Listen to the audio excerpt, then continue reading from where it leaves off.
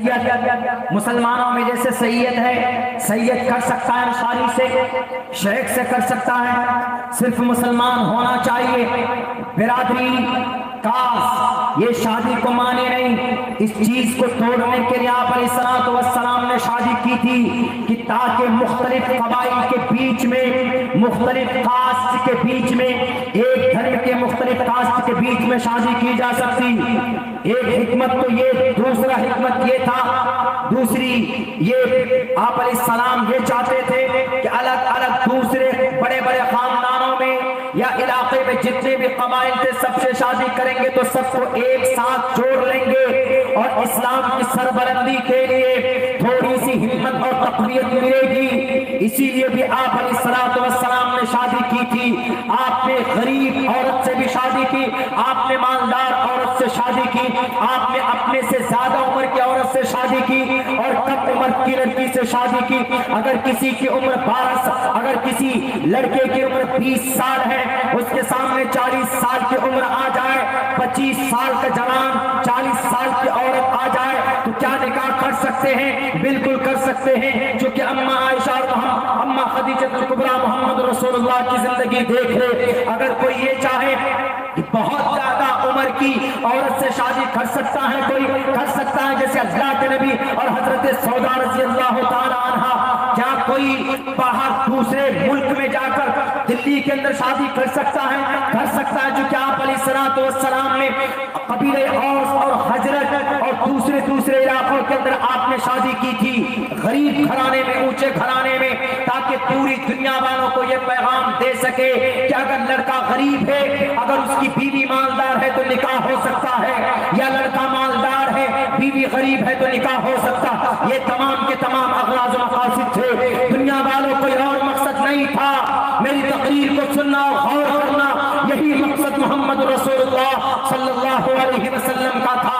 अगर आप अलैहिस्सलाम का निकाह करने का मकसद अगर अय्याशी का होता, अगर आप अलैहिस्सलाम का मकसद ज्यादा औरतों के साथ संबंध बनाने का होता तो आप जवानी की उम्र एक बूढ़ी औरत के साथ नहीं बिताते। 53 साल की उम्र जब आपकी हो गई तो पूरी यह बीबी खदीजतुल कुबरा के साथ 25 साल की उम्र से लेकर 53 साल की उम्र, जो पूरी जवानी की उम्र थी, आपने बिताई थी। दुनिया वाले है कोई जवाब आपके पास नहीं दे सकते। आज अगर कोई नेता है, जवान है, तो अलग अलग स्कॉट सर्विस से लड़कियां बुला बुला कर किसी जाते हैं शराब खाने में, कलकत्ता पहुंचते, मुंबई पहुंचते हैं, या फिर थाईलैंड जाते, बैंकॉक जाते, पटाया जाते, वहां पर बैठकर नई लड़कियां चाहिए, 16 साल की, 20 साल की उम्र की लड़कियां चाहिए। क्यों? पैसा है, पावर है, अय्याशी भरी होती है जिंदगी में। कुर्बान जाओ काली कमली वाले पर 24-25 साल की उम्र से लेकर 53 साल जवानी, पूरी जवानी आप अलैहिस्सलाम ने एक बेवा औरत के साथ आपने गुजार दिया। ये सिर्फ एक पैगाम था, अय्याशी नहीं थी। मैडम शर्मा जी, आपने किस कॉलेज यूनिवर्सिटी में पढ़ा है? रिसर्च कर लो, कार्बन डेटिंग के जरिए रिसर्च कर लो। अगर अल्लाह के नबी ने 9 साल की उम्र में अम्मा आयशा सिद्दीक़ा की रुखसती हुई है तो वह बालिग़ हो चुकी थी। She was completed at that time, she was and completed, बालिग़ हो चुकी थी। अल्लाह के नबी अलैहिस्सलाम ने जब उनसे निकाह किया था, बस अनाप शनाप लोगों के ठेस को, मुसलमानों के को ठेस पहुंचाना, तकलीफ देना मकसद होता है, कोई और मकसद नहीं होता। आप अलैहिस्सलाम की तारीखी दलाइल और तारीखी एक महापुरुष होने की दलील दुनिया की तमाम किताबों में मोहम्मद रसूलुल्लाह के पवित्र तरीन तज़किरा मौजूद। बैदात की रोशनी में भी देखी जाए तो आप अलैहिस्सलाम बिल्कुल क्लीन, कहीं पर भी आपके ऊपर जर्रा बराबर कोई टिप्पणी नहीं की गई। हमने कम से कम शास्त्रों को पढ़ा है, कुरान को पढ़ा है, उपनिषद को पढ़ा है। अदल्लबू का मै कम अदल्लबू का निखात का आखिरी नबी होने की मुकम्मल लगे कोई टिप्पणी नहीं। उपनिषद पढ़ लीजिए, अस्मल्लाम इल्ले मित्रा वरुणा, पूरा श्लोक पढ़ लीजिए, कहीं पर कोई टिप्पणी नहीं। ऋग्वेद पढ़ लीजिए, नराशंस महाप्रिय मसीह के कोई टिप्पणी नहीं, महानता को बयान किया है। एकदम चढ़ा अक्षर ए लोगों कान खोल कर सुन लो, इस धरती के ऊपर उनसे बड़ा कोई एकदम चढ़ा अक्षर नराशन पूरी दुनिया के अंदर तारीफ की जाएगी। कोई टिप्पणी नहीं। कौन सी किताब पढ़े आप? गीता पढ़े। गीता में टिप्पणी नहीं है मोहम्मद के ऊपर। क्या मनुस्मृति में टिप्पणी नहीं है? मनुस्मृति में तो यह कहा गया, मलेच्छ भाषा कीर्ता दैन वैदवाक्य प्राण मुखा चतुर्भिर्भ्रातृभिर्ते करिष्यामि करिष्यम् शरीरे शमं नाशं सर्वमन्यति गच्छति। कोई अपनी टिप्पणी नहीं है। कौन सी किताब में पढ़े जनाब आप मैडम शर्मा जी? मुझे दिखाओ ना जरा वो किताब। नहीं दिखा सकते आप। क्यों? क्योंकि आप अलैहिस्सलाम की ऐसी शख्सियत थी ही नहीं कि लोग उस पर टिप्पणी करें, बल्कि आपकी जीवनी को देखकर बड़े बड़े राइटर मजबूर हो जाते थे अपनी किताब में कि मोहम्मद की पूरी जीवनी लिखी जाए। दो बातें आपके सामने, सीरत के ऊपर तो कितनों बोल सकते हैं, वक्त चाहिए, चूंकि दो सवा दो बज चुके हैं। बस कुछ देर और मैं अपनी बात रखूंगा, 10 मिनट और 2:30 बजे मैं अपनी बात पूरी कर दूंगा। एक ऐतिहासिक बात आपके सामने रखना चाहता हूं,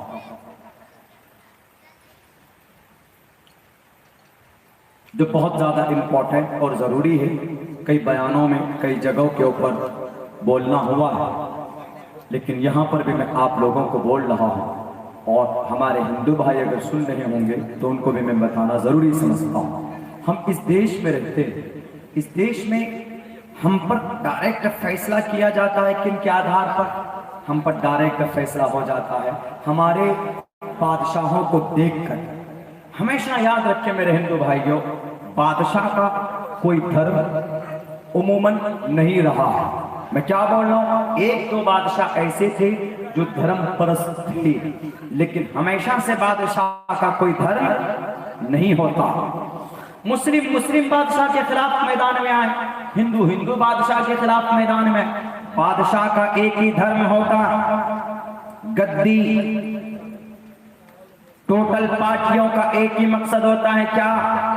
गद्दी, सीएम बनना, पीएम बनना। और बहुत सी पार्टियां तो घोटाले भी करते हैं, ईवीएम भी एक्सचेंज हो जाता है, और जनाब बटन कहीं दबाइए तो कहीं और वोट जाता। मकसद क्या होता है कि हम सीएम बन जाए, हम पीएम बन जाए, और कोई दूसरा मतलब मकसद नहीं होता।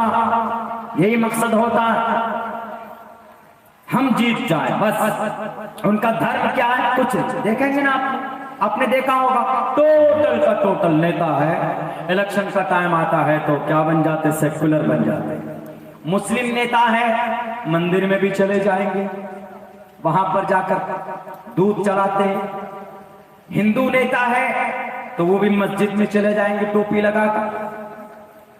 क्या बताना चाहते हैं? वो ये बताना चाहते हैं, वो ये नहीं बताना चाहते कि हम आपके साथ हैं, वो ये बताना चाहते हैं कि तुम्हारा धर्म कहीं भी जाए, भाड़ में जाए, तुम्हारे धर्म से कोई लेना देना नहीं, हमारे धर्म से कोई लेना देना नहीं, मेरा कोई धर्म नहीं, मेरा धर्म कुर्सी। वही बताना चाहते हैं, इसलिए तो चाहते हैं हर नेता सेक्युलर इसलिए बनता। देखेंगे बड़े बड़े नेता को टोपी लगाए, और कभी कभी जनाब रुमाल भी डाल देते। जिनको हमेशा से टोपी से तकलीफ है वो भी इलेक्शन के टाइम पे टोपी लगा लेंगे, बड़ी बड़ी टोपियां रुमाल डाल लेंगे, एक कार पार्टी में बैठ जाए। क्यों? उनके सामने गद्दी सबसे बड़ी चीज होती है। आज की तारीख में भी अगर सेक्युलर मुल्क है हमारा, आज की तारीख में जमहूरी निजाम है हमारा, तो यहाँ पर भी गद्दी महत्व है, यहाँ पर भी कुर्सी इख्तिदार में बैठने की होड़ लगी हुई। जब आज ये हालत है, तो अब से पहले सिर्फ तलवार फैसला करता था। जिसकी ताकत, जिसकी तलवार की तादाद जितनी, उनकी बादशाहत उतनी। कोई धर्म नहीं चलता था। अब भारत की इस धरती में हिंदू मुसलमान राजा लड़ते रहे, हिंदू भी राजा हुए, मुसलमान भी राजा हुए। इस देश में मुस्लिम राजा भी आपस में लड़े, हिंदू राजा भी आपस में लड़े। इसलिए राजाओं की जिंदगी को देखकर हमारी शरीयत पर आप फैसला नहीं कर सकते। क्यों? हमारी शरीयत का ताल्लुक अल्लाह से है।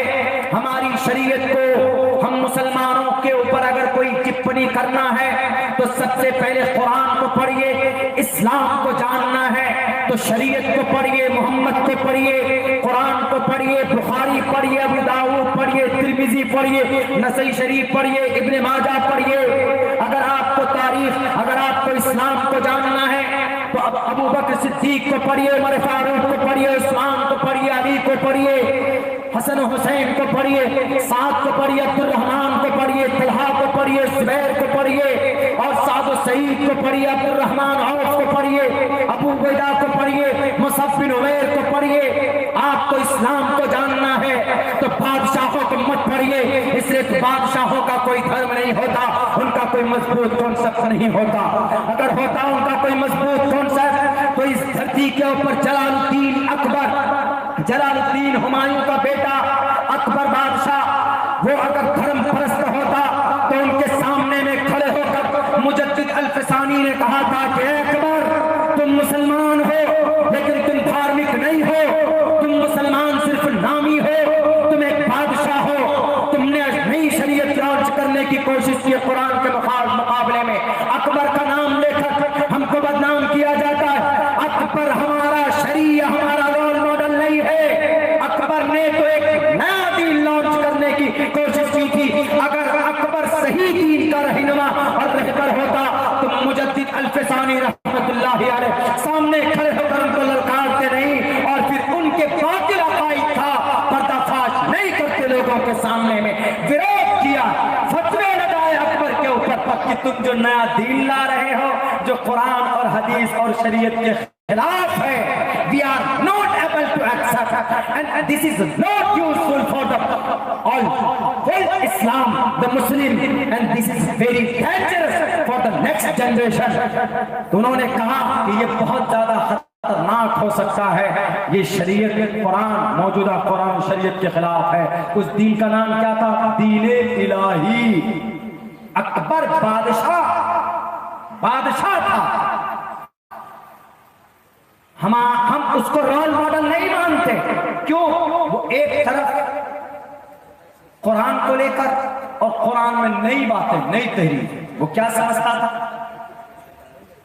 सबके सब बराबर है और सबको धार्मिक एतबार से, अकीदे के एतबार से सबको एक साथ लेकर चलना चाहता था। उसी एतबार से उन्होंने एक मस्जिद और मंदिर बनाई थी। कहा कि काशी विश्वनाथ मंदिर, ज्ञानवापी मस्जिद, उसी अकबर के बनाई गई, आमने सामने। उधर नहीं जाऊंगा मैं। लेकिन उसके बाद, अकबर के बाद उनका बेटा कौन? अकबर का बेटा, देखिए इस देश में मुगल जो आया, मुगल का बानी कौन? ज़हीरुद्दीन मोहम्मद बाबर। ज़हीरुद्दीन मोहम्मद बाबर 331 साल मुगल की हुकूमत रही और 19 राजा गुजरे। मैं ये तहकीक आपके सामने 2-4 मिनट में पेश करके अपनी बात खत्म करता हूं क्योंकि वक्त हो चुका है। ज़हीरुद्दीन मोहम्मद बाबर ये 5वीं नस्ल में थे तैमूर की। तैमूर कौन? आदि दुनिया पर जिनकी हुकूमत थी, मशरकी दुनिया पर तैमूर की हुकूमत थी, मगरबी दुनिया पर सुल्तान बायजीद यलदर्ब की हुकूमत थी। ये दोनों बड़े बादशाह गुजरे हैं। दोनों अगर एक प्लेटफॉर्म पर आ जाते तो आज दुनिया का नक्शा कुछ और होता। तो ये ज़हीरुद्दीन मोहम्मद बाबर इनका एक लक़ब था। बाबर, बाग और शेर को बोलते हैं, शेर बब्बर से बाबर, माने को ये लक़ब दिया, बड़ा हिम्मत वाला। तो बाबर का बेटा हुमायूं का बेटा जलालुद्दीन अकबर। अकबर ने सबसे ज्यादा भारत को, उस वक्त अलग अलग राजा थे ना, अलग अलग सूबे में, यहाँ राजा, बेगूसराय का अलग, खगड़िया का अलग राजा, भागलपुर का अलग राजा, इधर सीमांचल का अलग राजा। तो सबके ऊपर आक्रमण करके अकबर ने पूरे ये एक किया, कब हमला का। उस वक्त जिसकी तलवार, जिसकी फौज, जिसकी ताकत, जिसकी रणनीति ज्यादा, वही सबसे बड़ा बादशाह। धर्म कुछ नहीं, धर्म के नाम पर नहीं होता था, कुछ भी नहीं होता। तो अकबर का एक बेटा, इसी अकबर के ऊपर पिक्चर बनी जवानों, मुगल आजम किनकी? वही अकबर का बेटा कौन? सलीम। इसी सलीम को क्या बोलते हैं? इसी सलीम का नाम जहांगीर, नूरुद्दीन जहांगीर पर। यही सलीम अकबर का बेटा। उनकी भी बहुत लंबी चौड़ी जिंदगी नहीं रही। उनके बाद फिर उनकी जिंदगी में कौन आते हैं? जहांगीर के बाद शाहजहां, और शाहजहां की नस्ल में आता है कौन? शाहजहां की नस्ल में आता है आखिर में औरंगजेब। बाबर पर भी एतराज, ये अकबर पर भी एतराज होते हैं, औरंगजेब पर ज्यादा एतराज होता।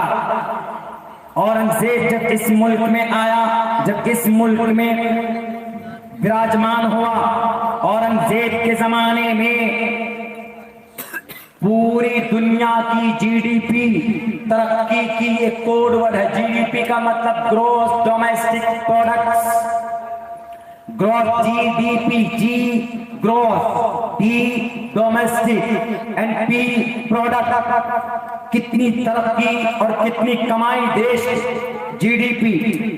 उस वक्त पूरी दुनिया की जीडीपी 4% थी। 4% में से 1%, 3% पूरी दुनिया, 1% सिर्फ भारत पैदा करता था औरंगजेब के जमाने में।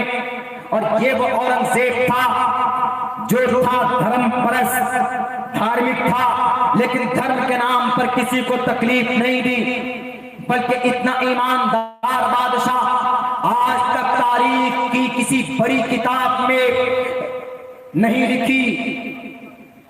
Doctor BN Pandey, he was member of parliament 1977।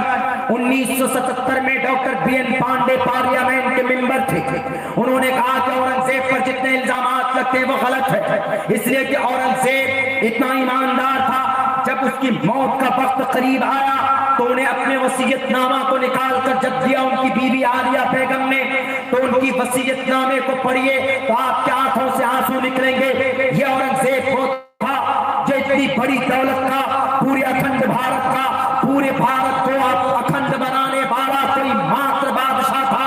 एक बादशाह तो औरंगजेब रहमतुल्लाहि अलैह, आलमगीर औरंगजेब रहमतुल्लाहि अलैह। इतनी बड़ी दौलत के गद्दी पर बैठने के बावजूद भी इस औरंगजेब ने मरते वक्त इनकी पर्सनल इनकम कितनी थी? 3 लाख, 4 लाख, 5 लाख। स्विस बैंक में भी अकाउंट था क्या? बिल्कुल नहीं।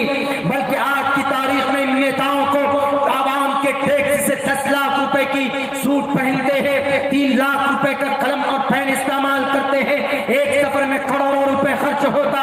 आज की तारीख में ये नेता, ये गूंगे और बहरे, ये शराबी और कबाबी, ये हिंदू मुसलमानों को लड़ाने वाली स्कीमें और साजिशें करने वाले, रचने वाले। लेकिन देखो औरंगजेब की जिंदगी को, औरंगजेब जब मरता है, मरने से पहले अपनी बीवी को वसीयत करता, आलिया बेगम मैं मर जाऊं, मरने के बाद मेरे इस तिजोरी में मेरे पास 2 तिजोरी। आलिया बेगम से कहता एक तिजोरी को खोल कर देखना, वहां पर सिर्फ 14 रुपए 12 आने पैसे। उन रुपयों को मैंने हासिल किया है कैसे? ये टोपियां बेच बेच कर ये शहंशाह जो पूरे इस पूरे भारत का को अखंड बनाने वाला औरंगजेब, वो जब मरता है तो उसके पास मात्र 14-12 आने रुपए होते हैं। 14 रुपए 12 आने या 12 रुपए 14 आने पैसे होते हैं। ए आलिया बेगम जब मैं मरूं तो मेरे इन पैसों से मेरे कफन को खरीदना, बैतुल माल से मत लेना, स्विस बैंक से मत ले, ये रिजर्व बैंक से मत लेना। क्यों? वो आवाम का पैसा है, वहां मत जाना। उस वक्त बैतुल माल हुआ करता था। आज की तारीख में reserve bank, Bihar government, Bharat का बैतुल माल, रिजर्व बैंक ऑफ इंडिया लुटा दिया गया। औरंगजेब 14 रुपए 12 आने पैसे मैंने टोपी बुन बुन कर उनको बेचकर फरोख्त करके हमने जो पैसे कमाए हैं उनसे ये पैसा जमा हुआ, मेरे उन पसीने की कमाई से मेरे कफन को खरीदना। और सुनो 300 रुपए मेरे फला तिजोरी में है, और उन 300 रुपए को लेकर तुम गरीबों में चले जाना, बांट देना। कहा कि बादशाह जी आप तो महाराजा हैं। राजा भी नहीं, महाराजा हैं आप तो। आपकी तो आन बान शान के साथ रुखसती होनी चाहिए, आपके जनाजे को 21 तोपों की सलामी होनी चाहिए, आपके लिए तो हजारों लाखों करोड़ों दिनारों दिरहम बांटे जाने चाहिए। कहा कि नहीं, उन पर मेरा हक नहीं है, गरीबों का टैक्स है वो, मैं टैक्स पे करता हूं 4,98,000 रुपए सालाना। मुझे अधिकार है सवाल करने का भारत के प्राइम मिनिस्टर से, जो भी टैक्स पेयर है उनको अधिकार है सवाल करने का, पूछने का कि हमारा पैसा कहाँ जाता। हम जो सालाना देते हैं 5 लाख रुपए टैक्स अगर अदा करते हैं हम अपने बिजनेस से, अपने कारोबार से, किस लिए देते हैं? गरीबों की मदद